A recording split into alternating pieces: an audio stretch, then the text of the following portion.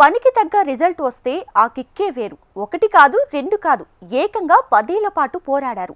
చివరకు అధికార పగ్గాలు చేజెక్కేలా కష్టపడ్డారు. అధికారం సొంతమైంది. ఏడాదిన్నర కాలం కాలగర్భంలో కలిసిపోయింది. అయినా వారి ఎదురుచూపులకు తగిన గుర్తింపు లేదు. పార్టీ పదవుల ఊసే లేదు. నామినేటెడ్ పదవుల సంగతి అతిగతి లేదు. 10 ఏళ్ల నిరీక్షణకు ప్రతిఫలం దక్కినా తాము ఆశించిన పదవులు దక్కలేదన్న నిరాశ వారిలో వ్యక్తమవుతుంది. అధికార కాంగ్రెస్ పార్టీలో కింది స్థాయి క్యాడర్లో నెలకొన్న నైరాశ్యంపై స్పెషల్ స్టోరీ మీకోసం. ప్రత్యేక తెలంగాణ రాష్ట్రం ఇచ్చినా కాంగ్రెస్ పార్టీ అధికారంలోకి రాలేకపోయింది. తెలంగాణ ఉద్యమ నేత కేసీఆర్ నేతృత్వంలోని భారతీయ రాష్ట్ర సమితి అధికారం చేపట్టింది.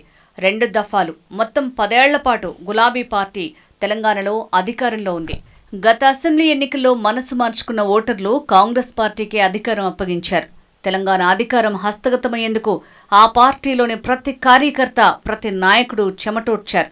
కాంగ్రెస్ క్యాడర్ ఉమ్మడి శ్రమతో ఆ పార్టీకి తెలంగాణలో ప్రభుత్వం సొంతమైంది.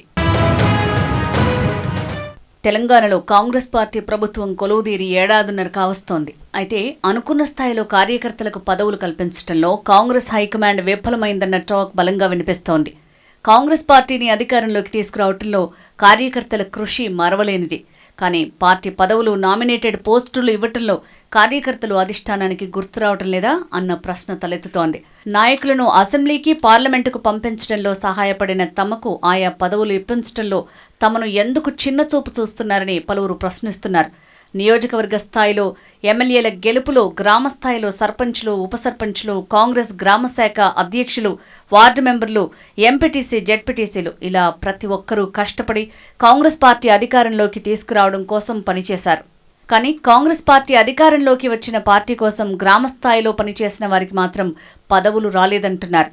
ఇప్పటివరకు గ్రామ స్థాయిలో పనిచేసిన వారు సర్పంచ్, ఎంపీటీసీ, జెడ్పీటీసీ, స్థానిక సంస్థల ఎన్నికలు నిర్వహించకపోవడంతో పార్టీని అధికారంలోకి తీసుకొచ్చాం, కానీ మనకెలాంటి పదవులు రాలేదని కార్యకర్తలు మదనపడుతున్నారట. కాంగ్రెస్ పార్టీ అధికారంలోకి వచ్చిన కార్యకర్తలు, ముఖ్య నాయకులు తీవ్ర నిరాశలో ఉన్నారట. పేరుకి అధికారంలో ఉన్నాం, కానీ ఒక్క పని కూడా కావటం లేదని ఆవేదన చెందుతున్నారట. అనుకున్న స్థాయిలో గ్రామాలకు నిధులు కేటాయించలేకపోతున్నామని, కానీ కేటాయించిన పనులకు సకాలంలో నిధులు విడుదల కావటం లేదని అసంతృప్తిగా ఉన్నారట. మరోవైపు ఫిరాయింపు ఎమ్మెల్యేలు వచ్చిన నియోజకవర్గాల్లో పాత కాంగ్రెస్ నేతల కంటే కొత్తగా పార్టీలోకి వచ్చిన వారికి ఎక్కువ ప్రాధాన్యత ఇస్తున్నారన్న వాదనలు లేకపోలేదు. తమను కనీసం పార్టీ కార్యక్రమాలకు ఆహ్వానించడం లేదంటున్నారు కొందరు నేతలు. కాంగ్రెస్ పార్టీలో దేశంలో ఉన్నంత ప్రజాస్వామ్యం ఉందని, దాంతో అదే స్థాయిలో ఎక్కువ గ్రూపులున్నాయంటున్నారు. ఇలా ఒకరికి అవకాశం ఇచ్చి మిగతా వారికి అవకాశాలు రాకపోవడంతో మిగతా వారు తీవ్ర నిరాశలో ఉన్నారట. ఎమ్మెల్యేలుగా తమ నాయకులను గెలిపించుకున్నాం, కానీ నియోజకవర్గాల్లో ఎమ్మెల్యేలు అందుబాటులో ఉండటం లేదంటున్నారు కార్యకర్తలు.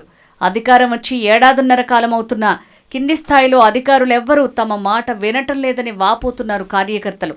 పదవులెలాగూ ఇవ్వలేదు, కనీసం 10 ఏళ్ల బీఆర్ఎస్ పాలనలో కాంగ్రెస్ పార్టీ కార్యకర్తలపై పెట్టిన అక్రమ కేసులనైనా కాంగ్రెస్ ప్రభుత్వం ఎత్తివేయాలని డిమాండ్ చేస్తున్నారు కార్యకర్తలు.